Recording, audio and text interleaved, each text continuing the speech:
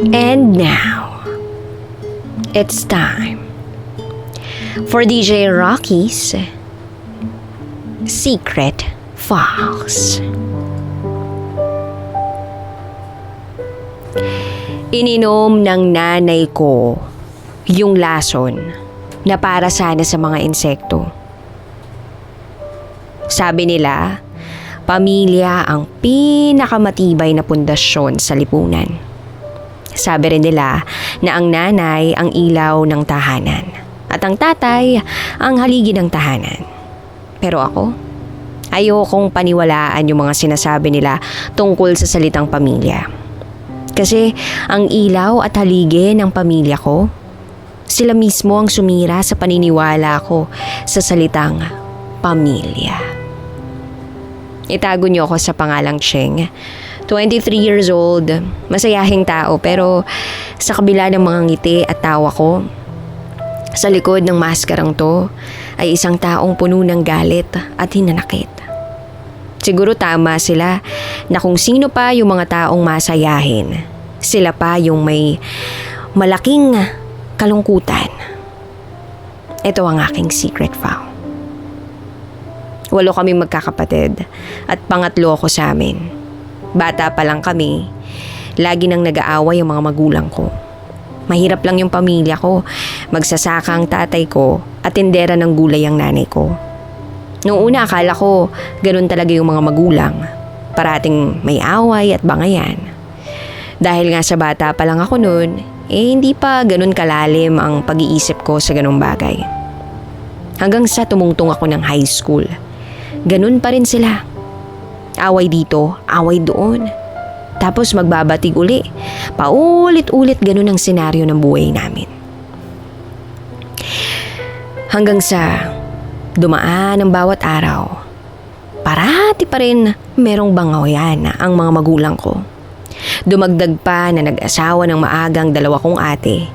Kaya sa murang edad, alam ko na ako ang sasalo sa mga responsibilidad ng mga ate ko. Dahil nga sa nakamulatan ko na ang ganitong eksena sa bahay namin, lagi ko nalang itinatanim sa isip ko. Ay, eto na naman. Masanay ka na lang. Sa totoo lang, mabait naman at responsable ang mga magulang ko, pero kapag nag-away sila, grabe, sobrang tindi. College ako noon nung ang dami naming pinagdaraanan. Ang dami naming pinagdaraanan sa pamilya. Nabuntis ang ate ko, tapos namatay yung bunso naming kapatid. Sunod-sunod ang pagsubok na nangyari sa amin. Unang taon ko pa lang sa college noon pero ganun na. Nung namatay yung bunso namin, nakita ko kung paano nasakta ng mga magulang ko. Naramdaman ko yung sakit na sila mismo yung maglilibing sa sarili nilang anak. Pero sa kabila nun, nakaya namin nalagpasan yun. At akala ko nga dahil dun, titigil na ang mga magulang ko sa kaaaway. Pero hindi pala. Nagkamali lang pala ako. Dahil mas nasundan pa ng maraming beses ang pag-aaway nila. Maliit na bagay pinalalaki. Yung mga mura na naririnig ko sa kanila, mga pag-aaway na nakikita ko sa kanila, hindi na bago. Ang sakit-sakit lang na sa mismong bibig ng mga magulang ko pa naririnig yung mga salitang ayokong marinig. Dumating yung araw na natuklasan naming may babae ang tatay ko. Nag-away na naman sila. At ang malala dito, pinili ng tatay ko yung babae niya. Oo, pinili ng tatay ko yung magaling niyang kabit. Yung nanay ko, panaiiyak nun. Ang sakit lang sa loob. Naiisipin namin, bakit ganun? Bakit niya pinili yung babae niya? Bakit iniwan niya kami? Kami yung pamilya niya. It hurts me even more seeing my mother so miserable. Iyak din ako ng iyak noon. Kasi ayoko ng broken family. Gusto ko kompleto lang kami kahit anong mangyari. Pagkatapos piliin ng tatay ko yung babae niya, bigla naman siyang nagkasakit. Isang araw tumawag siya sa amin at ang sabi niya nanghihina na siya at gusto na niyang umuwi. Kaya lang wala silang pamasahe. Oo, wala daw silang pamasahe pauwi ng babae niya. At padalhan daw namin siya. Sila, actually. Ang galing, no? Siya na tong ng babae, kami pa ang problema ng pamasahe nila pauwi. Umiyak siya noon nung nakausap namin. At kahit masakit yung ginawa ni Papa, pinadalhan pa rin namin sila ng pamasahe pauwi. Kasi hindi rin namin kayang tiisin yung tatay namin eh. Siguro iisipin nyo na sana hindi na lang, pero grabe pag kayo na yung nandun sa sitwasyon. Ang hirap magdesisyon. Nung nakauwi si tatay, inalagaan siya ng nanay ko. Kahit ganun, kahit ang tindi na ng ginawa niya, tinanggap pa rin siya ng nanay ko. Pero ang masakit nito, after ng ilang araw, nag-away na naman sila. At ito na yung pinakamasakit sa lahat ng pag-aaway nila. Kasi yung dati, murahan lang, sigawan lang, sakitan lang. Ngayon umabot na ng pisikalan. Binugbog ng tatay ko ang nanay ko. Pinag-awayan nila. Yung nanay ko raw may kabit. Yung nanay ko may kabit raw. Grabe, 'di ba? Yung tatay ko nga tong sumama sa kabit niya, pero yung nanay ko pa yung sasabihan niya ng ganun. Ang kapal. Ang kapal lang. Hindi ko kinaya na makita yung nanay ko na puro pasa. Sinubukan namin pigilan ng tatay ko pero masyado siyang malakas. Kinaumagahan, nasa kwarto kaming magkakapatid. Puyat na puyat kami. Pero buti na lang nakatulog kami nang bigla na lang kaming maalimpungatan dahil may narinig kaming nagsusuka. Kaya agad lumabas yung dalawa kong kapatid. Bigla na lang nagsisisigaw ng tulong. Pinuntahan ko agad at nakita ko yung nanay ko na nakahandusay at nangingisay dahil ininom niya raw yung lason. Oo, ininom ng nanay ko yung lason na para sa mga insekto sana. Buti na lang naitakbo namin kaagad ang nanay ko sa ospital. Nasa critical condition siya noon. Dumating ang mga kapatid ng nanay ko pati mga doktor. Tanong sila ng tanong kung anong nangyari pero hindi ko alam kung anong sasabihin ko. Tulala lang ako. Umiiyak at hindi makausap na maayos. Yung nanay ko, walang malay. Ang daming nakasaksak na aparato. Pero puro lang kami iyakan sa ospital. Yung tatay kong magaling, aba, panay ang inom sa bahay.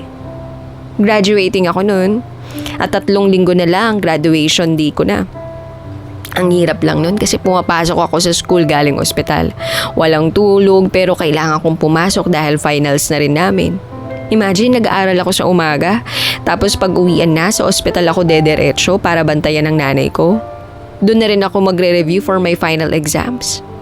Ang toxic ng bawat araw na yun. Pero kinaya ko. Nakaaya ko actually para sa pamilya ko. Kaya nung makalabas si mama sa ospital at nakauwi na, ayun, medyo nakahinga na ako ng maluwag. Sinabihan nga lang ako ng doktor ni mama na kailangan daw bantayan ng nanay ko. Kasi nga, suicidal daw to. Baka ulitin niya uli yun. Kaya pagka-uwi namin ng bahay, kinausap ko silang dalawa. Tama na, wag na po kayong mag-away. Kasi napakahirap sa aming magkakapatid. Pero kinaumagahan lang nun, yung tatay ko naman.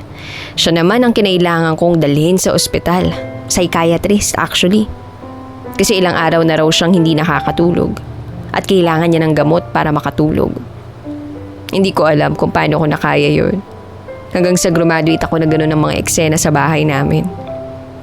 Napapaiyak na lang ako nun. Kasi finally sa kabila ng lahat ng mga pasan-pasan ko, nakapagtapos pa rin ako. After kong graduate, nag-decide ako magtrabaho sa malayo. Swerte ko naman at may napasukan akong kumpanya, kaya lang hindi nagtagal. Kinailangan ko rin umuwi sa amin. Hindi dahil na homesick ako, kundi nabalitaan ko na nag-aaway na naman daw sila tatay at nanay. Kinailangan kong umalis ng trabaho at umuwi sa amin. Umuwi lang ako para bantayan ng mga magulang ko kasi baka anytime may mangyaring masama. At yun yung ikinakatakot ko. Dahil sa gusto kong magtrabaho agad, nag-crew muna ako. Okay naman, yung sahod pero late ang uwian ko. 1:00 ng madaling araw na akong nakakauwi sa amin. Isang araw, meron akong pakiramdam na, ewan ko, hindi ko ma-explain. Bigla ko ba namang sinabi sa tatay ko na sunduin niya ako? Hindi naman talaga ako nagpapasundo. Pero yun pala yung araw na pinaka hindi ko makakalimutang bangungot ng buhay ko. Muntikan na akong marip ng gabing yun. Mabuti na lang at nakasigaw ako at nakatakbo ako. Hindi ko nga masyadong naramdaman yung pagkasikmura sa akin ng lalaking yun. Iyak ako ng iyak, hagulgul ako ng hagulgul pagkarating ko sa bahay. Tinanong ako ng tatay ko kung bakit ganun ang itsura ko. Ang sabi ko, bakit di mo ko sinundo, tay? Muntikan na akong gahasahin, di mo ko sinundo, tay. Paulit-ulit kong tanong yun sa kanya. Nag-sorry lang sa akin ng tatay ko, balak naman daw niya akong sunduin. Kaso, nakatulog daw siya at nag-inom ng alak kaya hindi niya namalayan ang oras. Nung araw din yun, kahit na sobrang nangihina ako, nagpunta kami sa police station para magpa-blotter tsaka i-review yung CCTV. Kaya lang, wala eh. Hindi rin nakuha sa CCTV yung mukha ng lalaki. Araw-araw na akong dala-dala yung bangungot na yun sa buhay ko. May takot na ako sa mga taong nakasunod sa akin. Kahit na magdidilim pa lang, takot na ako. Kaya simula nun, lagi na akong sinusundo ng tatay at nanay ko. Kahit 6 p.m. pa lang. Akala ko nga dahil sa pangyayaring yun, magiging okay naman na kami, ang pamilya namin. Akala ko lang pala. Kasi hanggang ngayon nag-aaway pa rin sila. At dahil nag-asawa na yung 3 kong kapatid, 4 na lang kaming magkakapatid na natira sa bahay. Gusto kong lumayo. Gusto ko nang umalis sa bahay namin kasi nakakapagod na. Pero hindi ko kaya kasi pag umalis ako, sino na lang yung magpapatigil sa mga magulang ko pag nag-aaway sila? Tapos paano na yung 3 kong kapatid? Kaya kahit masakit at ang hirap, hindi ko sila iniiwan kasi alam ko at nakikita ko yung takot sa mga mata ng nanay ko pag nag-aaway sila. Alam ko kasi na kapag andito ako sa bahay, ako yung magiging human shield ng nanay ko mula sa tatay ko. Ako lang naman yung nakakapagpatigil sa tatay ko sa tuwing mag-aaway sila eh. Masakit lang seeing my siblings crying in front of my parents, begging them na wag na silang mag-away. Minsan naiisip ko, bakit kami ganito? Bakit laging may away? Ginagawa ko naman lahat para kahit papaano mabawasan yung pag-aaway nila. Never ako naging suwail na anak. Hindi ako nagrebelde, hindi gaya ng 3 kong kapatid na nag-asawa ng maaga. Kasi sawa na sila sa daily routine ng buhay namin.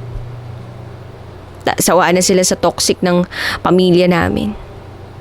Nag-aaral ako mabuti, hindi ko nagawang tumikim ng alak.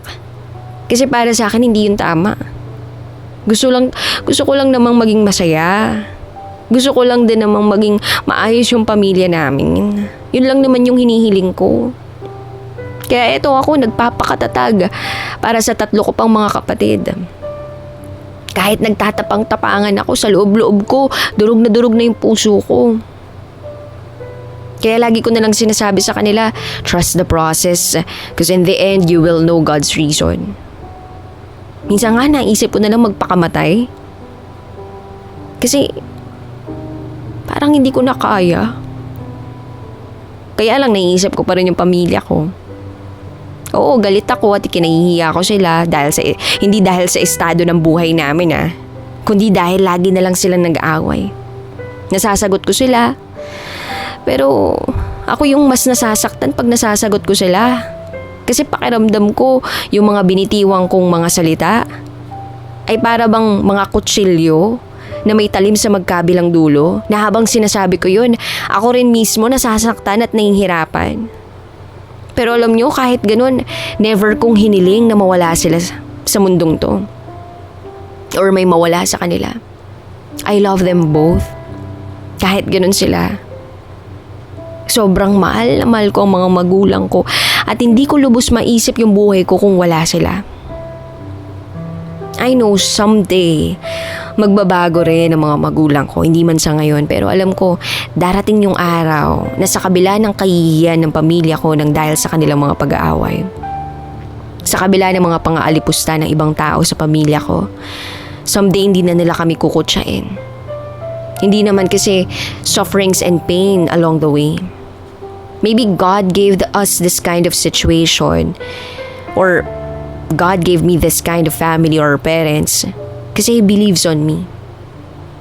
Maybe God gave us this life because He believes that we can live with it. Wala naman talagang perpektong pamilya eh. Pero kung may trust, respect, commitment, and love, siguro mas masaya talaga. Naiinggit ako sa iba pero wala akong karapatang piliin kung sino ang mga magulang na mapupuntahan ko. I'm sharing my story to tell you guys that reality hits. Na kahit gaano mo kagustong makawala sa isang tao o sitwasyon, pero kung ito yung ipinagkaloob sa'yo, wala kang magagawa but to accept the fact na ito na talaga yung buhay mo. You just have to trust the process. Because these things are just things to strengthen our faith. Kaya natin to. Muli, ako si Ching at ito ang aking secret file. Always your number one SM radio station. Love Radio. Kabisyo, nakarelate ka ba sa secret file na binasa ko? Kung nakarelate ka, mag-subscribe ka na dito sa aming YouTube channel at pindutin mo na rin ang notification bell para updated ka sa mga susunod na episodes ng DJ Rocky Secret File.